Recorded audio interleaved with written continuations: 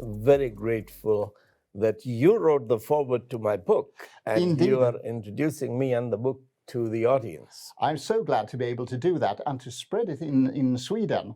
Thank you. So now we're in early May. Is this a good time to come to Sweden? It's a wonderful weather. We celebrated yesterday the start of the spring last night, and I'm very grateful that the Lord gave us this beautiful weather. And we can see, even if we haven't heard your name, we see from your clothing that you do not come from Sweden. No, my wife and I come from India, and right now we're coming from Norway. So we are traveling to Norway where the different book was translated, and now Sweden, and then we go to Finland where 3 of my books have been published in Finnish, and then we go to Denmark. And currently you and your wife, you live in America, right? Yes, we don't have a home in America, but we do have 2 daughters and 6 grandchildren. And my wife was babysitting on and off for the 2 younger grandchildren. So we love living there, but they are moving to Malaysia, so we don't know where we will be. Okay, but very welcome to Sweden anyway. In these programs, we typically bring up present-day situations in society that are challenging and problematic, and we try to find ways of solutions. But you having experience both from India and the Western world, if you were to begin this conversation by just summarizing, what are the main challenges that you see in the Western world today, if we just give a very brief introduction? Sure. There are 2 different images that can communicate my conclusion. One is a series of lectures I gave at the University of Minnesota in the US. They were titled, "Must the Sun Set on the West?" The sun is setting. During the last 500 years, the modern world began in Europe and spread. So Europe blessed India. That was the sunrise. Now it is setting. The other image that was used by Bishop Ratzinger, who became Pope for a little while, that the Western civilization is a bouquet of beautiful flowers. These flowers have been cut off from their roots. They look beautiful in a vase, but they're drying, withering. So the West is flowers that is beautiful to look at, but cut off from the roots, which is the Bible, and therefore everything is withering. Now the West cannot even define marriage. What is male, what is female, what is marriage, what is love. And you've created a situation where the most unsafe place for a baby is his mother's womb. So you're self-destructing. The West is on its way to self-destruction. When we think of Scandinavian countries, Nordic countries, we think of them as the most civilized, free, prosperous, peaceful, corruption-free nations. But 1,000 years ago, Scandinavian nations were terrorists, Vikings. Yeah, precisely. They were terrorizing the world. How did these terrorists, what civilized them to become amongst the best nations in the world? And that was the Bible. So that is your common theme in your books, and not least in this book that we're releasing in Swedish today, in Swedish called Boken som förändrade allt. This book changed everything. And you give a sort of introduction that I find interesting, that the Bible is actually an Asian book coming and civilizing Europe. I think that's an interesting picture. That's correct. So that is the heart of my thesis. I began exploring this because in 1980, in India, I was serving victims of a hailstorm. A hailstorm had flattened wheat crop in 100 villages, shattered the roofs of people. I was organizing relief and the district magistrate banned our relief work. So we said, okay, we won't offer relief, but we will pray. Maybe the government itself will offer relief. But they banned our prayer meeting, which was a non-sectarian public prayer meeting. And the superintendent of police told me that if you have that prayer meeting, I will personally kill you. I will not arrest you. I will not produce you before a magistrate. I'll take you from your home into the jungle, shoot you, throw your body. Hyenas will eat you. You cancel that prayer meeting. We prayed about it. We decided not to cancel the prayer meetings. But they didn't kill me because the press was supporting me. So they threw me in jail. That's where I began to think about the fact, when I come out of the jail, will the police kill me? Here is a highly educated police officer who has taken an oath to uphold the Constitution of India, which assures me of my fundamental right to life. Precisely, because you were a secular country in a good fashion. And the constitutions give me the right to life. But he has no respect for the Constitution or my right to life. He is telling me to my face. He understood that I wasn't believing him, so he gave me lots of anecdotes of how many people he had killed, innocent people. How do you create a nation where there is right to life, right to property, right to family, where there is justice, where there is freedom, freedom to meet together and pray? So I began studying India. How was modern India created? Yes. Which he's rejecting. And this was the first book. And since then, it's called the father of modern India, William Carey, how modern India was created. Then I went on to continue studying Indian history. And how was this modern India, which our present government is rejecting? How was this India created? And I realized that modern India was created by the Bible. This is particularly interesting for me, who work for an organization called the Clapham Institute, who take our inspiration from William Wilberforce. And I get the impression that you think William Wilberforce to be inspirational for the creation of modern India too. He was very important. He never came to India, but as a member of parliament, he helped abolish the widow burning. Because he prayed, he would get reports of the widows that were being burnt alive on their husband's funeral pyre, and he would pray at his dining table for this evil. But he also supported training of civil servants and translation of the Bible in different Indian languages, but particularly for 20 years, from 1793 to 1813, he fought a 20-year-long political battle for freedom and civility in India, that the British East India Company must permit missionaries to come and educate India so that Indians can learn to govern themselves with freedom and civility. So that was Wilberforce's long battle, just as he was fighting for Africa to end slave trade and then eventually to end slavery. He also fought that East India Company, which is coming to India to make money, and then it is ruling, fine, you are a businessman, you want to go to India to make money, that's fine.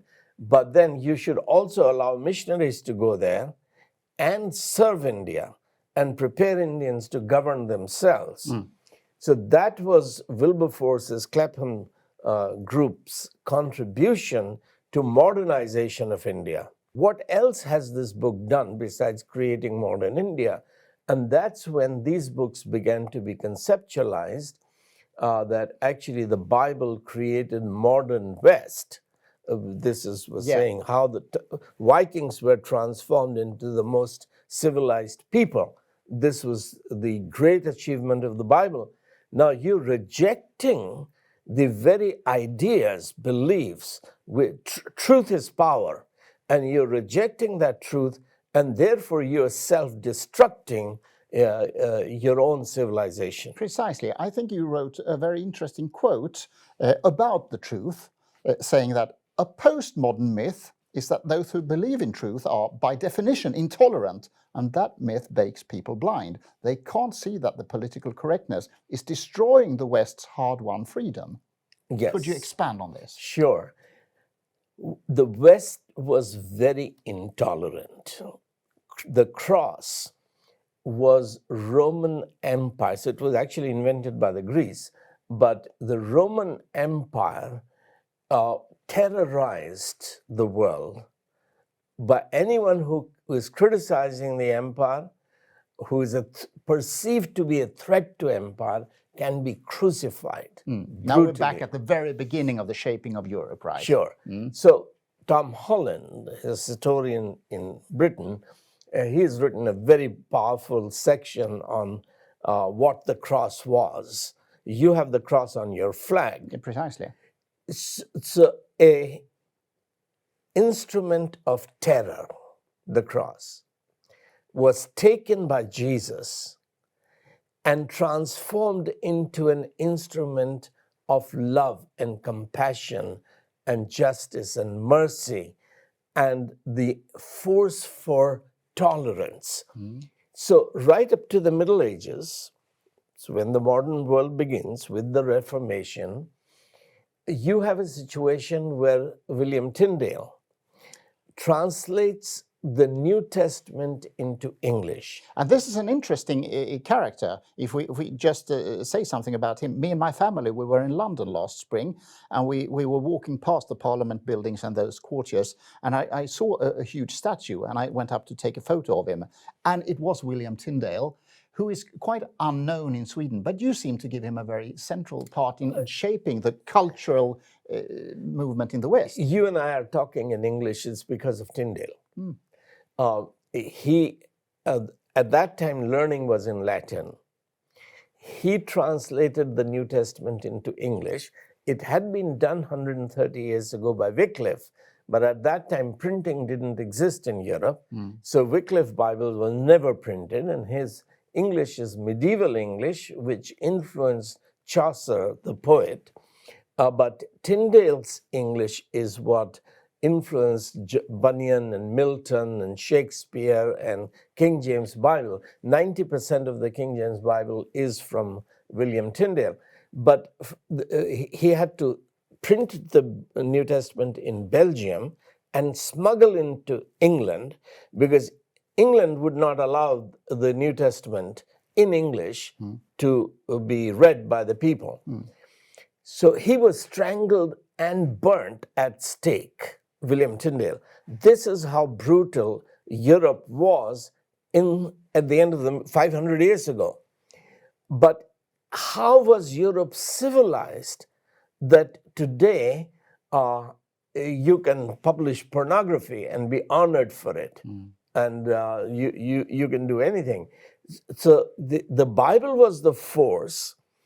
And particularly Martin Luther. Yeah, you give an interesting comparison there. At almost the same time, Machiavelli wrote his book, The Prince, and Martin Luther wrote his material. And that sort of showed two different ways of shaping Europe, right? Yes.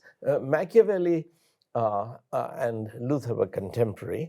Machiavelli was a diplomat who had traveled around in many states as an Italian diplomat.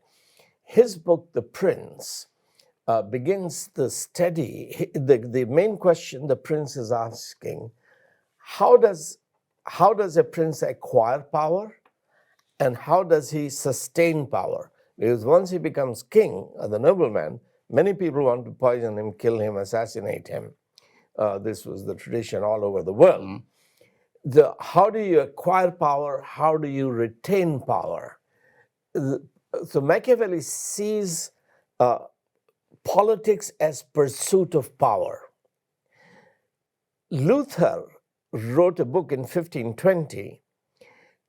Machiavelli's book was not published until 1532. Okay. So a draft may have been written earlier, but it was published Right. 12 years after Luther's book, A Treatise on Christian Liberty. So it was Martin Luther's book, A Treatise on Christian Liberty. He wrote 3 books in 1520. This was the 3rd book. And it was that book which changed politics as pursuit of freedom.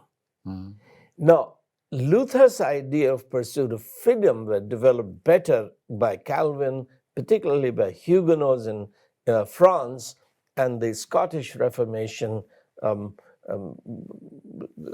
who really created the first democratic nation, modern democratic nation, Scotland.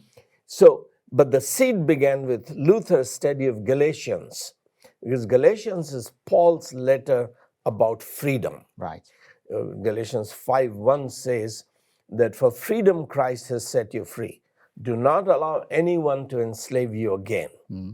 So when the gospel has come to the Christians in Galatians, Jesus has set them free, because that is in fact the heart of the Bible.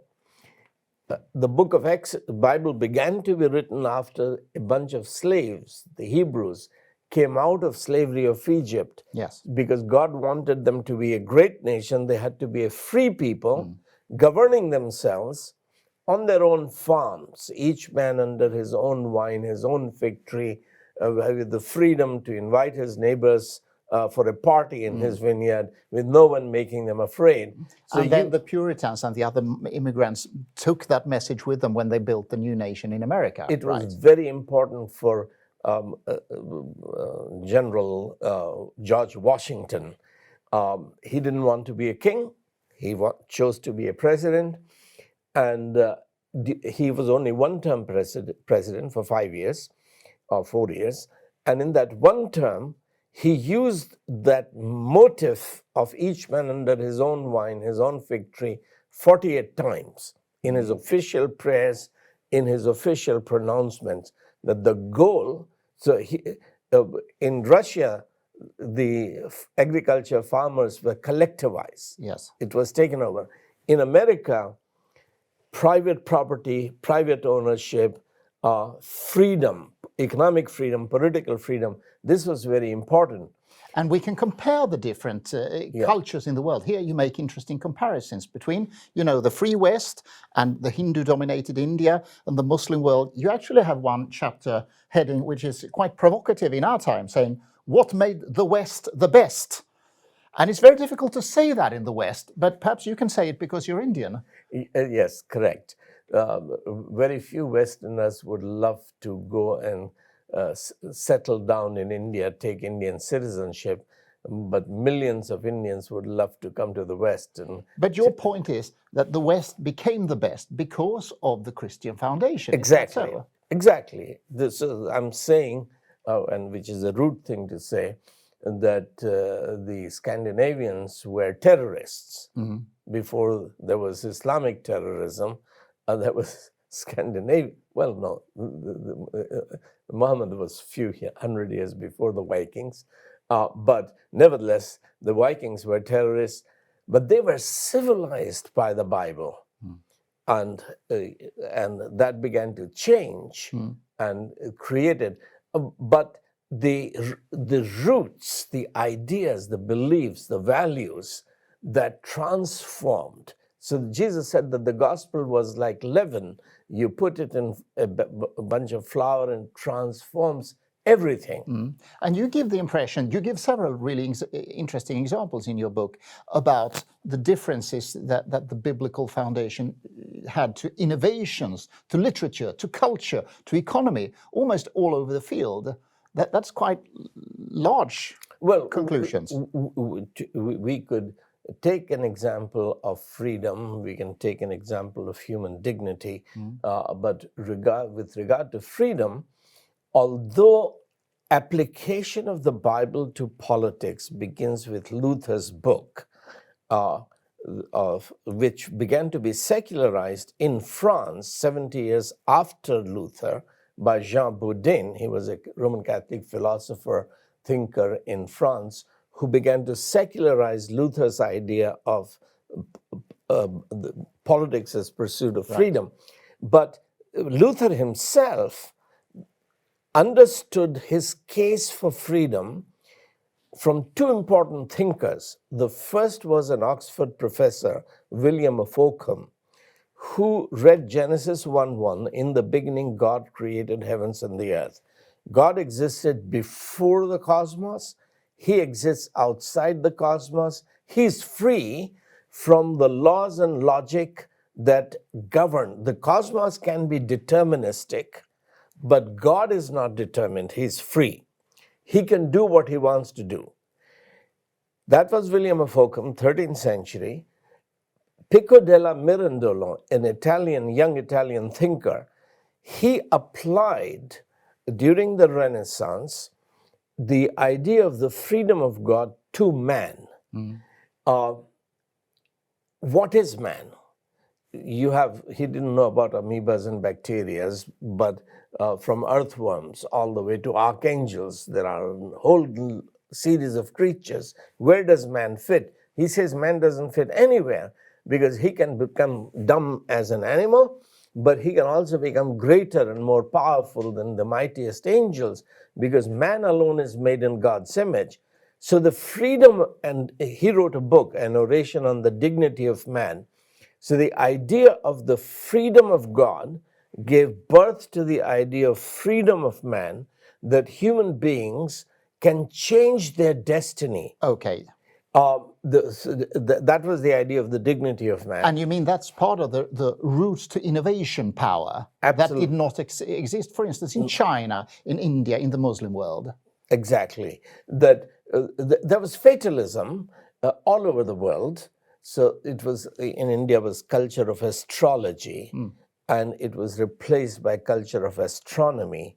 In astrology, your times rule over you. Sun, moon, stars, planets, they rule over you. But in culture of astronomy, you study the science, heavenly science of constellations, sun, moon, stars, in order to establish your dominion on the earth. So this transformation of Europe was also a culture of astrology, but the Bible taught, yes, sun and moon were created to govern the day and the night. They have authority. They decide, the sun decides when we wake up, when we go to bed, what we wear, whether we wear overcoat. But you're free to act and build within. Yes, but you can say to the sun, look, you can affect the birds and the trees, but what the temperature will be in my house, my studio, my tractor, my factory, I decide. So I'm establishing my own dominion, and I can use the power of the sun, gather it during the day in batteries, and then run my light. So whether my room will have light at night, the sun can create darkness all over the world, but in my light, I'm using the power of the sun to light up my room because I want to read or I want to write or whatever. Yeah. So this concept of human freedom, which the virtue of the fact that human beings are not like rest of the creature, but we are unique because we bear the image of a God who is free. Luther applies that to politics, that, okay, if God has given freedom to man, then state cannot take it away. State exists to guarantee your right to freedom, inalienable right to freedom. This is what led to my first conflict with the state in India, that the Constitution gives me the right to pray, to call other people to pray, that we have suffered because of this hailstorm. We're asking God to give us relief. And the state says, no, you're not allowed to pray. So have I become a slave in Hindu India? Or has God given me the freedom? So do I have the right to defy? So the magistrate, subdivisional magistrate, actually asked me that if you sign this bond, that you will not have that prayer meeting, I will let you go. I said, no, I would rather go to jail, because in jail I'm free to pray. Right, because you thought you had the right to stand on the right.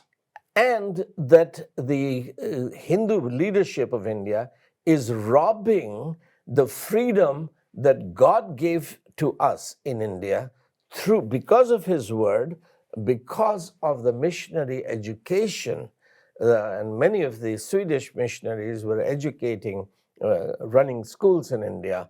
It began with the British missionaries. So once we have understood truth, including that the government exists to protect my freedom, not to rob me of my freedom. If government is going wrong, I have the right to protest.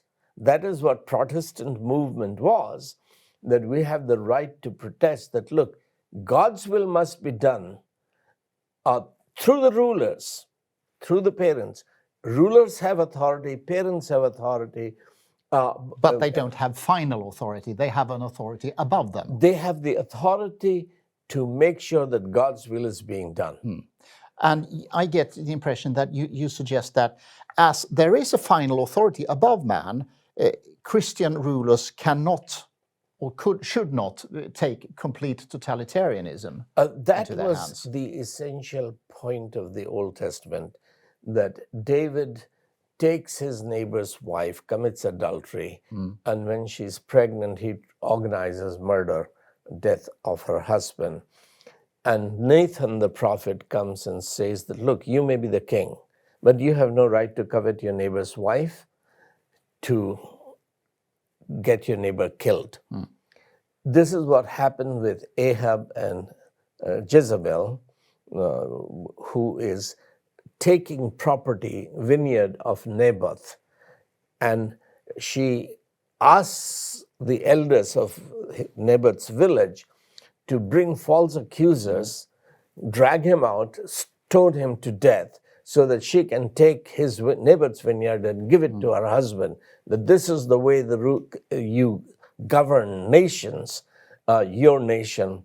And Elijah comes along and he says that, no, you may be the king, but this is not, she was from Sidon, and this is not your father's heathen kingdom.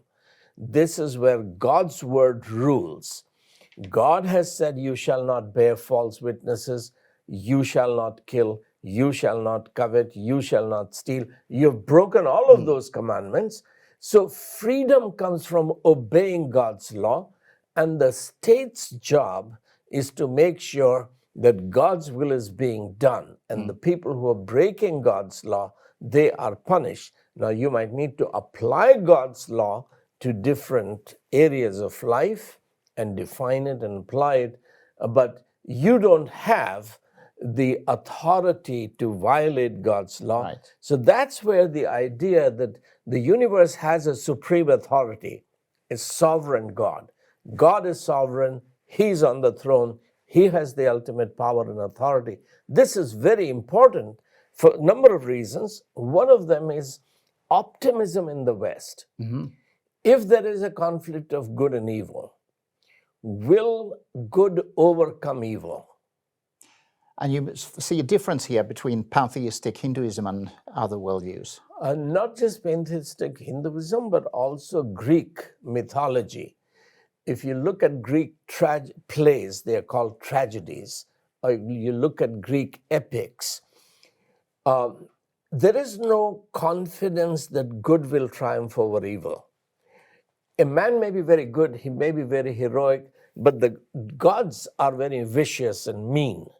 And they will create obstacles, and they will make sure that in the end, the good man loses. How do I know that being good and being committed to goodness, even if it means being burnt at stake, that optimism that in the end righteousness and justice will be upheld, because there is a final judgment, there is a final judge, a supreme God who is good. So the confidence that good will triumph over evil. So George Lucas, who creates the Star Wars saga, Right. he wrestles with it.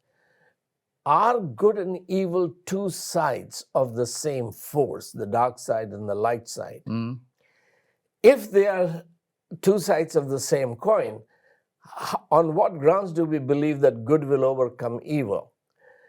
So when he created the first 6 episodes, the viewers thought he's talking about yin yang. There is the Jedi, there is Sith, there is light side of the Force, there is dark side. Will the good side win? Before the 7, 8, 9 episodes were built, he wrote the stories, published them on the internet. They were changed later, but his fan club got very upset that how can you have evil destroyed in the end? And he said, he wrote in his defense that if the good does not overcome evil, there is no story. There is no reason for heroism. You might as well join the dark side because now power matters. Goodness and truth don't matter. So he, of course, he was born and grew up as a Methodist, and his Christian worldview finally overcame his postmodern pantheistic worldview. So much of the film is pantheistic, that the Jedi meditate, practice yoga, and the Sith practice yoga. Both acquire power. Their laser swords are crystal power, the material power. But is there a sovereign God who is good? This was both the foundation for Western optimism and the belief that good will overcome evil. Here's an interesting, well, there are several interesting comparisons you do with different cultures. One I think about is that in Sweden, we'd like to think that all cultures are the same, but you show a very practical example of showing how, you know, you've mentioned the American view that all men are created equal, and that's a truth we hold to be self-evident. But you give one example in your book about example from India about a little girl called Sheila, which showed that there is a difference on how you view the human being. Could you tell us that story? Yes. When Ruth and I got married, we decided to go and serve the poor. We didn't know what that means, how to serve the poor. So at that time, I was writing my first book. It's called The World of Gurus, which once it was published in 1977, an instant bestseller, and became a book that is used in many universities. It's because of that, actually, I was invited to our house because it's a study of Hindu gurus, and that's why I'm called an Indian philosopher, because I wrote a book which is a book on Hindu philosophy, which is taught at the university level. Right. But as I was, we didn't have any table and chair, let alone a computer. I was handwriting. My wife would type it and edit it because her English was better. When I didn't have enough work for her, she would pick up the bicycle and go into the village, and she was going door to door, surveying how many children are there in this home, how many of them are studying, who is not studying, why are they not studying. And she asked a girl, how many brothers and sisters do you have? And this 10-year-old girl said that, well, I have 3, maybe 4. So do you have 3 or do you have 4? Well, 4th is almost dead, so 3. Almost dead, is she still alive? Can I come and see her? So this girl took Ruth to see this Sheila, 18-month-old baby, on a cot with no sheets, no mattress, string cot. Her thighs were as thick as my thumb. She's 18 months, fully covered with flies, because pus was oozing out of her body, and she had no strength to wipe away, chase the flies away. And your wife suggested that she could help her. My wife said that yes. She asked, what's wrong with her? The mother said, oh, she doesn't eat anything. She vomits everything we give her, so she's dying. So have you taken her to the hospital? Hospital? How can we take her to the hospital? We have no money. But the government hospital is free. Yeah, but where is the time?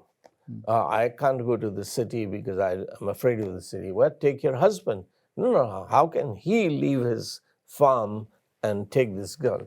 So Ruth couldn't understand, because this was the first experience for us. You're so poor that your daughter is dying, treatment is free, you can't take her to the hospital. So Ruth said, okay, I'll give you the money, I'll come with you. She said, I'll talk to my husband. So Ruth came back, told me to go and talk to the husband.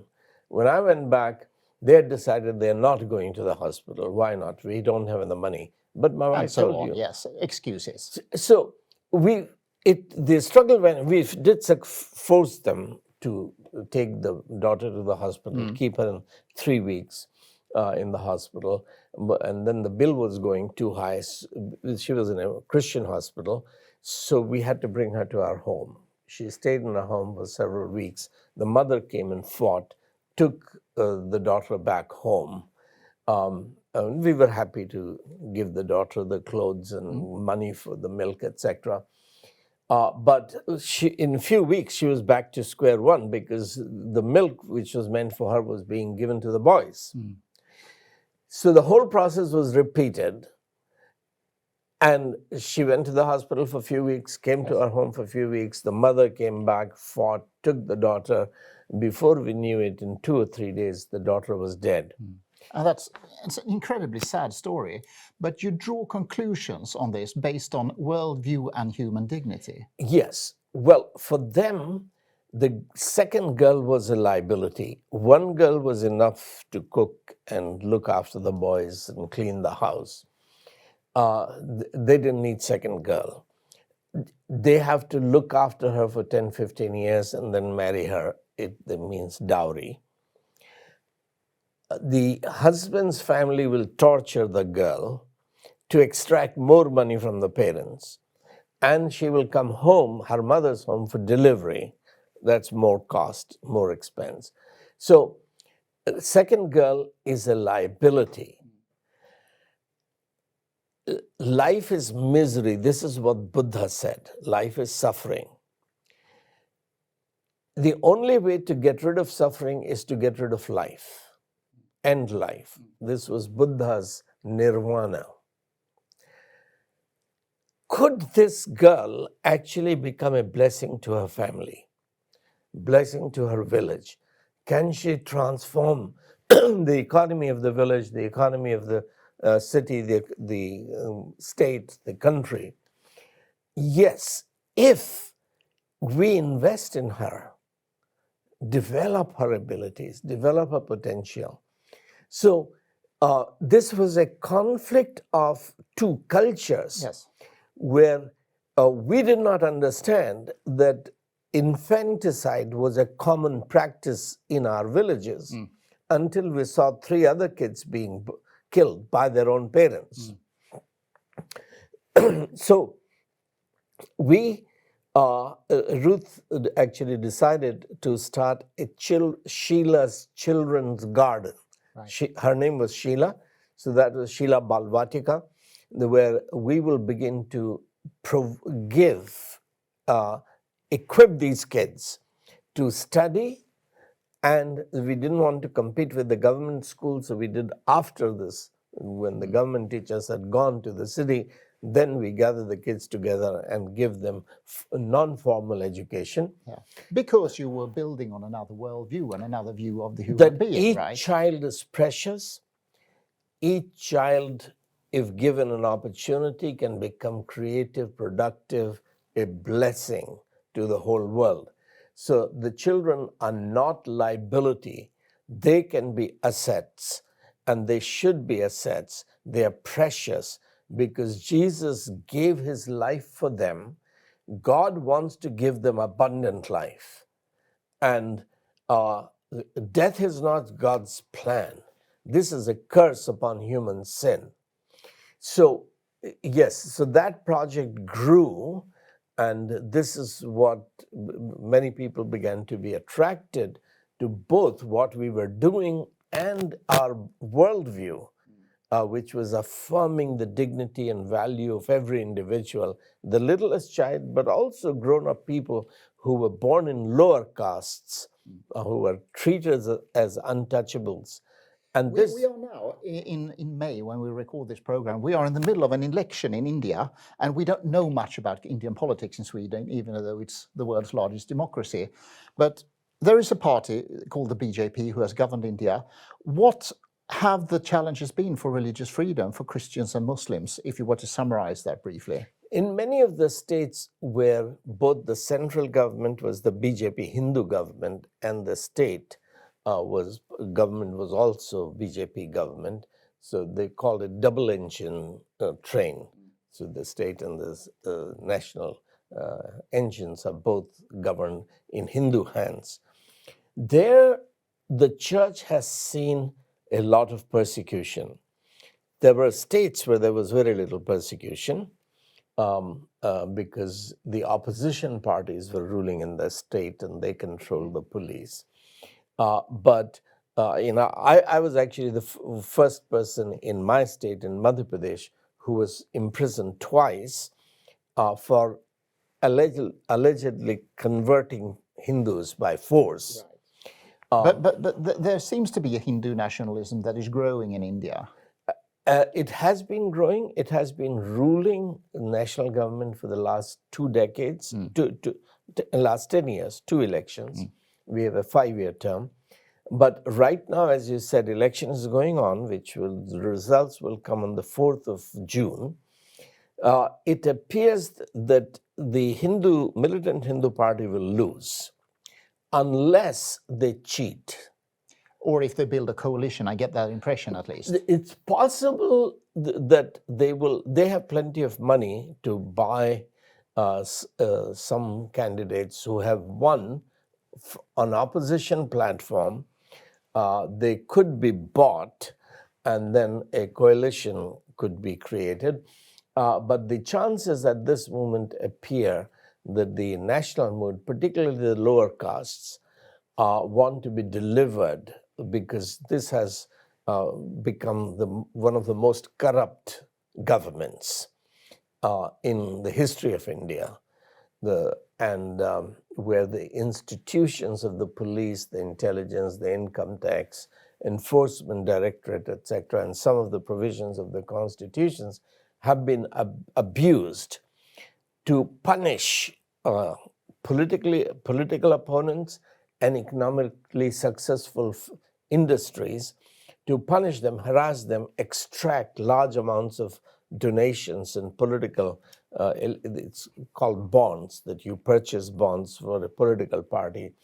And so everybody can see that this Hindu party has benefited a few multi-billionaires, but it has created massive unemployment and inflation for the ordinary people. I thought we could conclude this discussion by looking upon the West as it is today. You have sort of described the foundation and the tradition that the Christian worldview has built the West, but still the West seems to be crumbling and losing a lot of its foundations. How would you describe what is happening to the West? You will see it from an outsider's perspective. It's very simple, actually.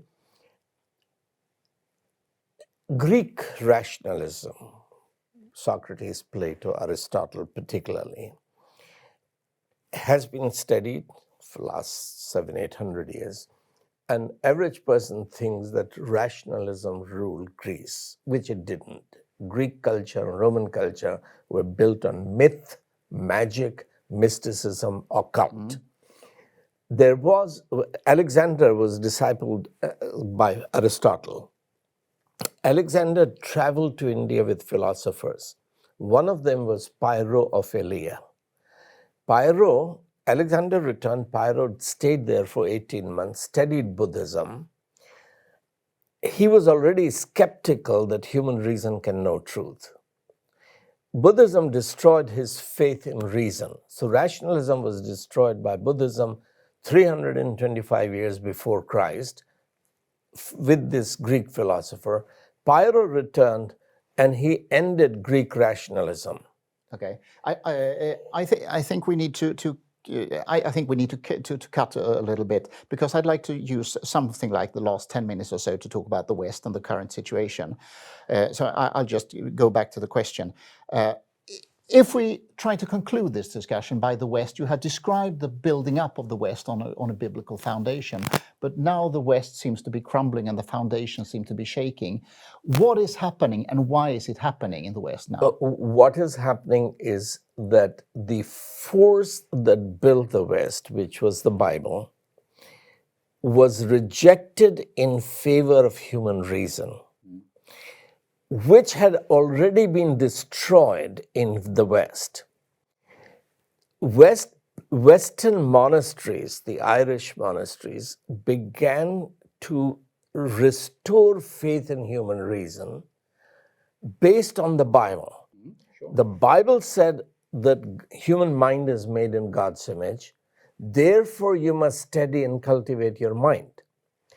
So, human mind during the Middle Ages, Christian monasteries, particularly in Western Europe, Latin-speaking Europe, Christian monasteries, when a young man is going into a monastery, he's going to learn to pray, to fast, to sing.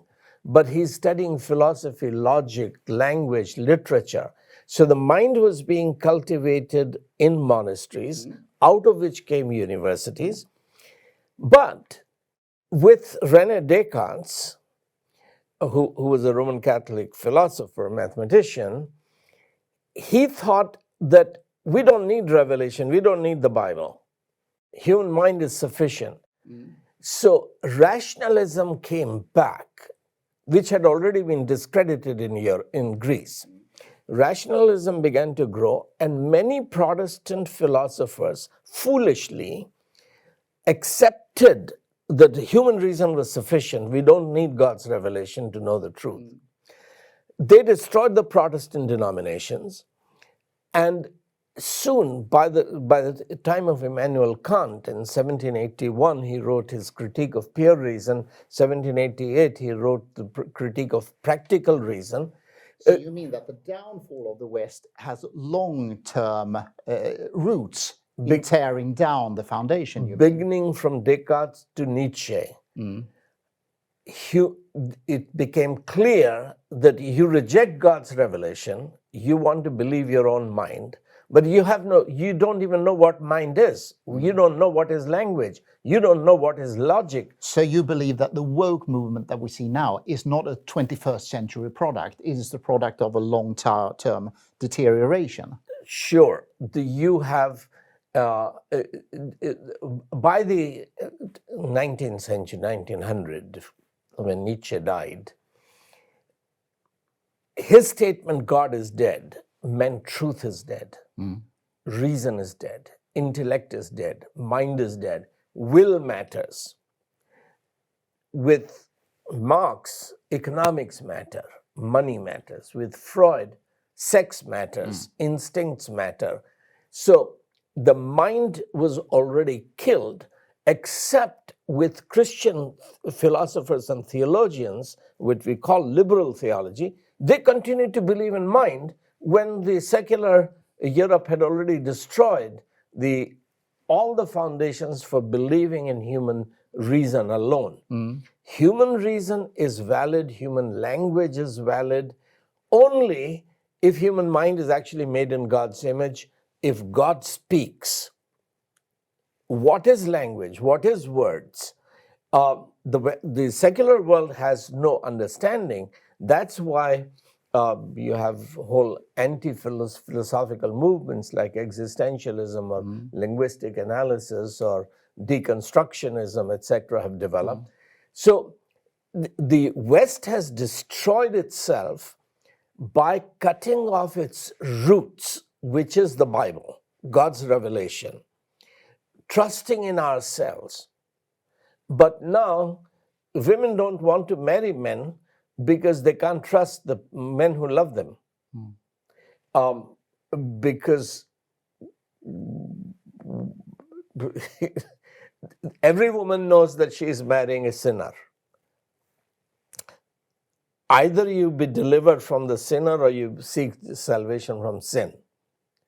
But the feminists are not willing to say that sin is the problem and we seek humbly salvation from sin. We need a savior.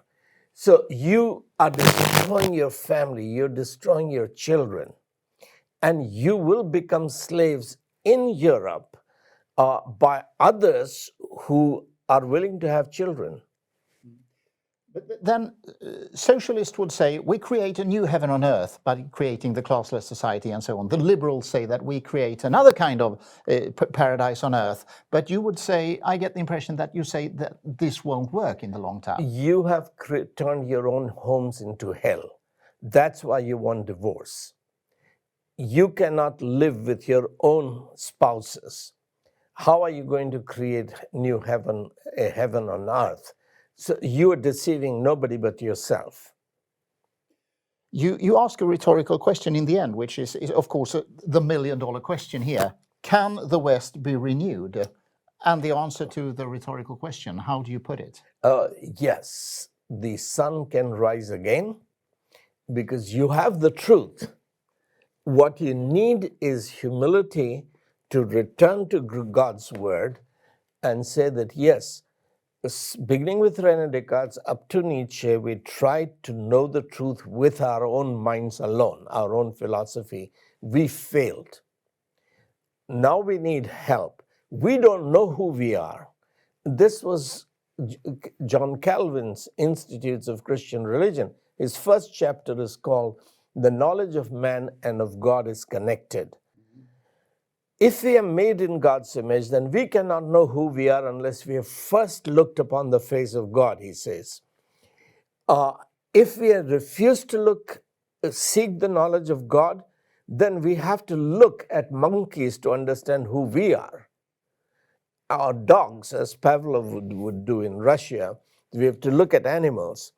So either you reduce human beings to animals, or you seek to make man into God's image, which is how he was created originally, that God made man in his own image. We've lost the image of God, but the Savior came to restore God's image in us.